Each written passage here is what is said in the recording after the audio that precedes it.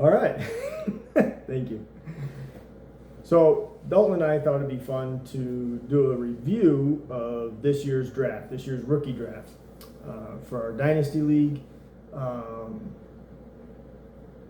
Basically, we started this league. This is our fourth season.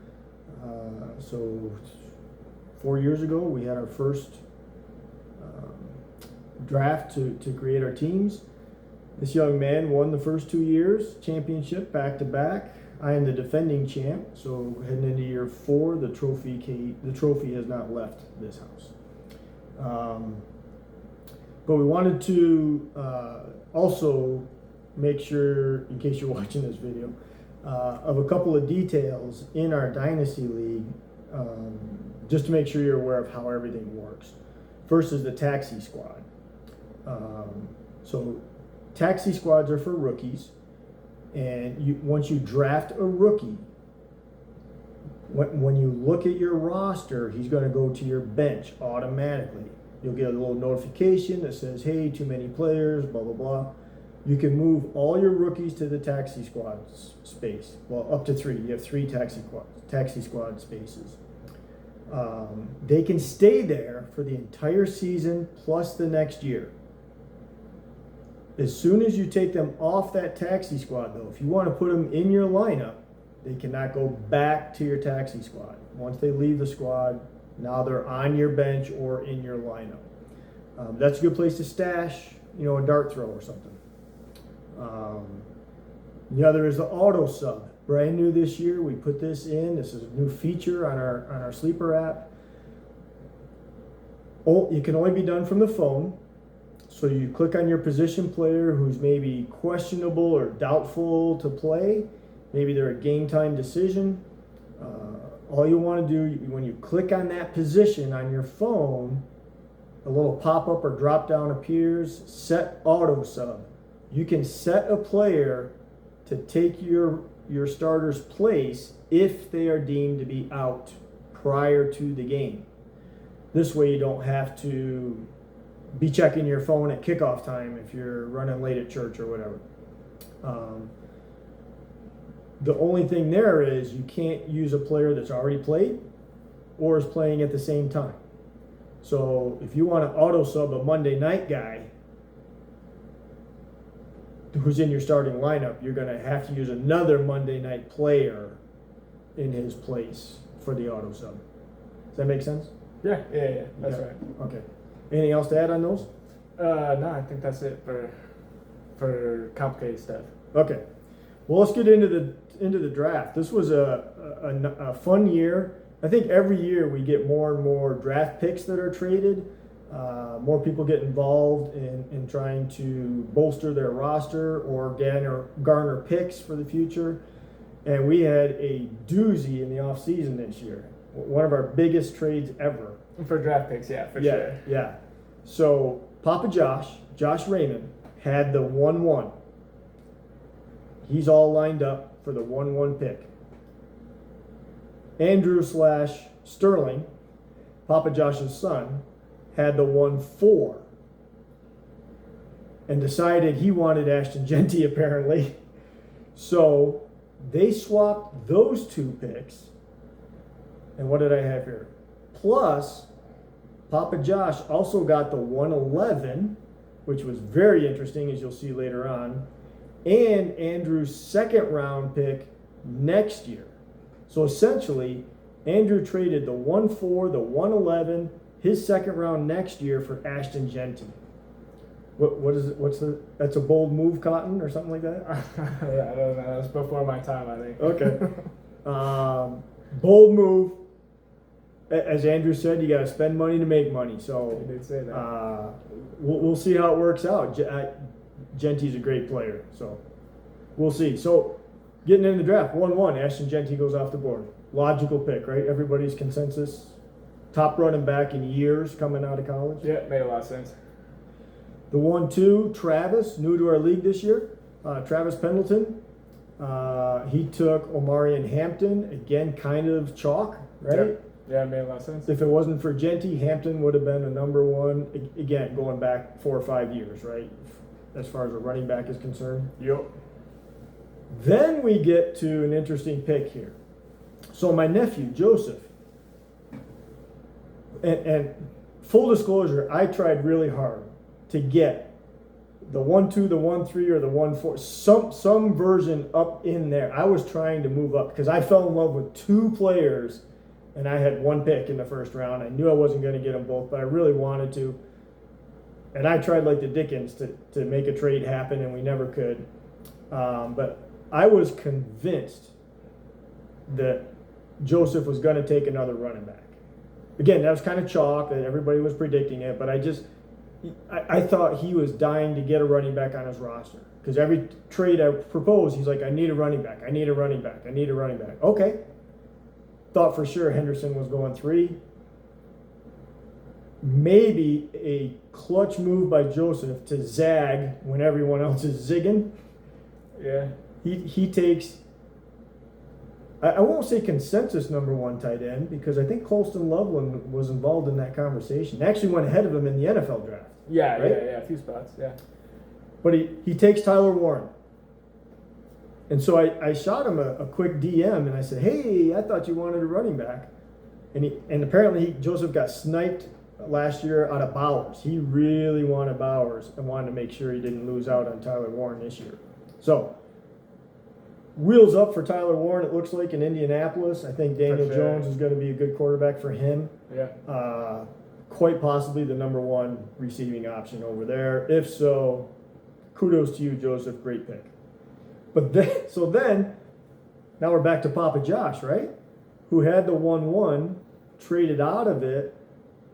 I thought for sure would lose out on a top 3 running back and gets Trevor Henderson or Travion Henderson to fall right in his lap. Just great job. The obvious pick there, I think. Would you agree? Yeah. I'd say Papa Josh made it out of this draft pretty okay. Yeah. 1-5, another running back. Again, strong running back field here, apparently, by most experts. Caleb Johnson. This went to Curtis. Curtis had, interesting, he had the 1-5 and the 1-7. Again, I was working with Curtis a lot, trying to squeeze one of those picks out of him. Couldn't quite get it done. I figured he was going to go running back heavy. This is the draft, right? If you need running backs, this was the draft to go get one. He takes Caleb Johnson, who apparently is not the starter in Pittsburgh, which seems odd to me. Yeah, and unlikely to stay that way for long, but we'll see. I agree. I've had Jalen Warren for a couple of years. I love Jalen Warren. Yeah. I thought he was way better than Najee for years. But I think I gave up on him in the offseason. I traded him away for Deebo Samuel. Yep. Because Pittsburgh has been telling me for 2 years they're not in love with Jalen Warren. But at least in the beginning of the season, it looks like it's Warren's show. I do think Caleb Johnson's a really good running back. I think he's going to fit into that offense, and that could be a really nice pick. So now I'm on the clock with the 1-6. Again, I got 2 guys I'm in love with. I went with the one that I thought was on the better offense. I took the first wide receiver in our draft off the board, Emeka Egbuka. Yeah, 3rd in the NFL draft. What Could was be he? of note. Was he the number 3? Yeah. So Travis Hunter and Tedero McMillan. Oh yeah. Oh, the 3rd wide receiver pick. Yes. But I think he's the number 1 guy in Tampa, which is a good offense. They like to throw the ball. Tune in this week to find out. Yeah, we'll see. So back to Curtis. Takes another running back in another timeshare scenario is what it looks like. R.J. Harvey, very talented, kind of the Alvin Kamara mold, I think, and everybody equates that with Sean Payton. For sure. We'll see. He's a little bit older. That's great, though. Running backs only last 3 or 4 years anyway, typically, so probably not a concern. And then at the 1-8, Jack Pendleton took the other guy I was in love with, quite honestly. Tedero McMillan. Going to step in immediately and be the number 1 receiver, I think. Seems to have a load of talent. I don't. You don't want to screw it up in round one, right? And I think Tet's a safe pick where we're not screwing it up. Yeah, he's in a good spot. Sierra, Paul's wife, Sierra Kidder, then takes Golden. Yep. Into a crowded wide receiver room. In a receiver room that didn't receive too many passes last year, but probably because Jordan Love was hurt. Who knows? Most of the season. So we'll see if Matthew Golden is the key. First wide receiver Green Bay's taken in the first round in forever. Yep. So they really like him. Could be a great pick. Then Travis Hunter goes off the board. Yeah. And I do think skill wise and everything, maybe he has the most talent as a wide receiver. I will say that. Trevor took him with the 10th pick in the first round. The only hang up anybody ever has with him is how much offense and defense will he play. Yeah, Trevor took him with a pick that apparently used to be mine. I don't know how we wound up with it, but either way, congratulations, Trevor. I would have smashed draft on Travis Hunter with that pick as well. Yeah, it's one of those where you thought he would slide a spot or so just because of the uncertainty, but if you're going to get him, you don't feel too bad about getting him. I certainly would. So now we're back to Papa Josh Raymond, who, because of the trade we spoke of earlier, he has 3 picks in a row now. The 111, the 112, and the 2-1. Talk about a nice place to be. I told Dalton before the rookie draft, I wasn't thrilled with the depth of this draft, but I think anything in the top 16 to 18 picks was going to be pretty solid. And so Josh is going to have 4 of the first 13 players at his disposal. So I don't know that the order matters much, but he took Jaden Higgins, nice wide receiver, looks like a bright future. He was on my board. If he had gone, later on, I liked him. Bill Krosky Merritt, who, depending on who you listen to, is either the 4th on the depth chart running back for Washington, or the 2nd. Soon to be first. Soon to be first, more than likely. Eckler's already said he doesn't want a full workload. He's getting old. Makes sense. I wouldn't either. And I don't know that Chris Rodriguez is a big challenge. Yeah, we'll see. But they like him, so yeah, we'll see. And then, bit of a homer pick in my opinion, Josh. But hey, you took Cam Scatterbo, a clear talent. It's not super easy to run over NFL defensive linemen, maybe like it was at Arizona State. Was it Arizona or Arizona State? State, right? But obviously a talent and a great motor, and possibly could be a number 1 running back for the Giants. Certainly in the cards. Yep. Another player that dropped significantly, probably would have been up around 1.6, 1.7, if not for some off-field issues. Quinshon Judkins was taken with the second pick. Travis took him, so Travis had got Omarion Hampton and Quinshon Judkins. Not a bad way to walk away from a rookie. No, definitely not. And in case you missed it, Judkins did just sign with the Browns. So looking like he's probably going to play this year, assuming that, the suspension isn't for 17 games. Yeah, that's going to end up being a steal. Maybe not this year, but maybe at the end of the year it will be. Maybe he's just running over people. Certainly possible. And then another homer pick, a little bit here. Joseph with the 2-3 takes Bashal Tootin out of Virginia Tech, which is where Joseph went to school. Don't know. That's a muddy backfield in Jacksonville. I keep thinking somebody's going to get traded sooner or later. Obviously, we have several weeks before the NFL gets to their trade deadline. I think the consensus is pretty split on who the starter is and how many carries everybody's going to get. But everybody says Tootin's the fastest guy. Well, there you go. That helps.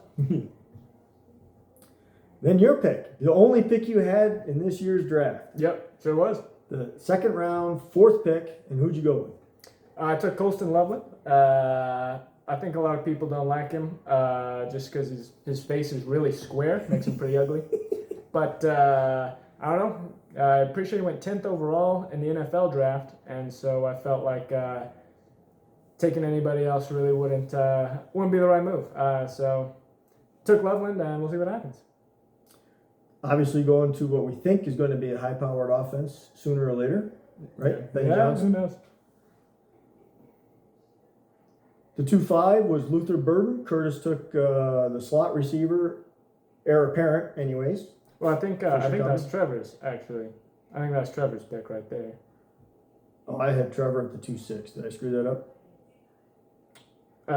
Yeah. So the draft order is Trevor, then Paul, then Curtis. It's just that Curtis had Trevor's first round draft pick, so you probably got the columns confused that way. Okay. So who took Luther Burden? Trevor. So Trevor got Colson Loveland's teammate. Certainly did. And then, so Curtis got Trey Harris? No, so Trevor also got Trey Harris. Okay. So he had 2 picks back to back. He had his own pick. Oh, nice. And then he had Paul's pick right after that. So he double tapped at wide receiver there, going Luther Burden and Trey Harris, who I believe went pretty close to each other in the NFL draft as well, at least as far as wide receivers go. Yeah. When the Chargers first picked Trey Harris, I think everybody was really, really high on him, right? Because it seemed like a clear path to wide receiver 2 status there, at least. Yeah. Behind Ladd McConkey. Obviously, there was a game last night. Quentin Johnston looked really good. Keenan Allen is signed. He looked really good. So I'm not sure where Harris is going to end up, but he's a rookie. This guy's a perfect stash on a taxi squad. Perfect. Okay, who took Cam Ward? So that'd be Paul. Okay, I had that one right. All right. There you go. So Paul, always looking for quarterbacks, grabbed the number 1 pick in the NFL draft. Cam Ward could be a great play. I think he's going to be pretty good in the NFL. Most likely. We'll see what fantasy points he produces, but I do think he's going to be a pretty decent NFL quarterback. And then Jack had the next pick. Is that right? Yep. Took Jadon Blue. Currently 3 on the depth chart, I guess, at Dallas. That pick makes perfect sense because no one's any longer in love with Javonte Williams. And what's the other guy? Miles Sanders. Miles Sanders. People have not thought too highly of him, at least as far as being a lead back or any kind of fantasy relevance. Yep. So Jack took Jaden Blue. Then back to Sierra, who actually took a tight end that I thought I might go after. I'm a little thin in my tight end room, but she grabbed Mason Taylor, who I think is going to get pummeled with targets in the Jets offense. Looks to me like it's Garrett Wilson and then Mason Taylor. There you go. So if Justin Fields throwing the ball, between the two of them, they'll have a couple of catches on the season. Could be. Justin likes to run. And then we're back to Andrew. Another homer pick, but I think this guy could be a sleeper as well. Jackson Dart. Yeah, that was a good pick. I think he's a nice thrower of the football. By all reports, he was picking up the offense really well. I love that he's not starting out of the gate because that offensive line is awful. So I like that he's going to get to learn in the safety of the sidelines and practices. Yep. The guy in front of him, Russell Wilson, doesn't get hurt too much, so I think it's going to be a good situation there. And Dart does run, which is important in fantasy. Yeah. Yep. So I think that's a really, really nice pick. Then Curtis took Kyle Williams. That's New England, is that right? Yep. New England's been picking wide receivers for 10 years, and they haven't found one yet. So maybe this is the guy. Yeah. And certainly in a rookie draft, it's well worth using a pick there. Agreed. especially if you think Drake May's the guy, right? For sure. And a lot of people do this year. They think he's going to be legit. Yep. We get to the end of round 2, and I'm on the clock, not loving anything that's left. My dart throw was Alec Iomanner. Only claim to fame was that he torched Travis Hunter when they played each other. Other than that, he was kind of average. But I think he's only been playing football like 3 years. He is not a seasoned kind of guy, kind of football player. Pretty raw. So he's going to be on my taxi squad for a while. I'm not going to go through the entire third round here. This video is probably running a little long anyway, but a couple of interesting picks. I thought Andrew at the 3-4 grabbing Torrey Horton in Seattle, a CSU alum who only fell in drafts because he was hurt. Believe so, yeah. But crushed it at the combine, looked great in preseason. I think Cooper Kupp is still in Seattle, but I think Kupp's got something left. I do, but I think Horton will very quickly be the number 2 option there behind JSN. And then at the 3-7, Curtis took, I don't know if it's Dante or Deontay Thornton. Looks like Dante. Okay. With the Raiders. Kind of similar to Horton. Kind of slid down the drafts, but really jumps off the charts when you're looking at all his numbers. Surpassed Jack Besh really early in the preseason, who was a much higher pick in the real draft. Yep. Like 2 rounds ahead of Thornton, I think. Yep. I'm not the biggest Geno Smith fan, but he's a real quarterback. And if their offensive line can be decent, all of a sudden you got Genty, Bowers, maybe Thornton and Jacoby Myers. They might be something this year. We'll see. Another guy that I was thinking, he kept falling. I had the last pick, right, the 3-12, and this guy kept falling, and I almost started to get a spark or a glimmer of hope that he would get to me again as a stash. But Sierra took him at the 3-9. Isaac Tesla, who balled out in the preseason. Yeah, he's been looking good. And the prototypical big dude wide receiver. This guy is DK Metcalf and AJ Brown. Like, he's that guy. As if the Detroit Lions needed another big-time receiver. Yeah. I think we're both a little bit high on Jamison Williams this year. Obviously, Amon Ra's a wide receiver 1, top 12 kind of guy. They're going to throw the ball to Jahmyr Gibbs plenty. Laporta's not going anywhere. So this guy's, I think, a perfect end of round 3 draft pick to see what happens. Nothing says that Williams is going to be, I think this is Williams' last year on his contract. So who knows what happens. Just a pure talent and a good call there. And then with the very last pick at 3-12, another taxi squad stash is Jalen Milroe, quarterback out of Alabama, backup to Sam Darnold in Seattle. Yep. We'll see if he's any good or not. I'm hoping he's a little bit of Hurts kind of a player. Yep. Throws well enough, can get the job done, can move the offense, but his legs are what excite me. There are several scouts were saying that he's probably the best running back in this draft class. There you go. So if Sam Darnold doesn't continue his good play from last year, and I thought he was really good last year, till the playoffs, but then maybe Milroe gets a chance. Again, I love that he's sitting for a while, learning, hopefully honing some passing skills, and who knows, maybe he's my version this year of Jaden Daniels, which would be fun. So anyways, that was our draft. Everybody's getting ready for week 1 of the season. A couple games have been played already. Some big scores from some players and some not so big scores from others. AJ Brown, I think, let a lot of people down.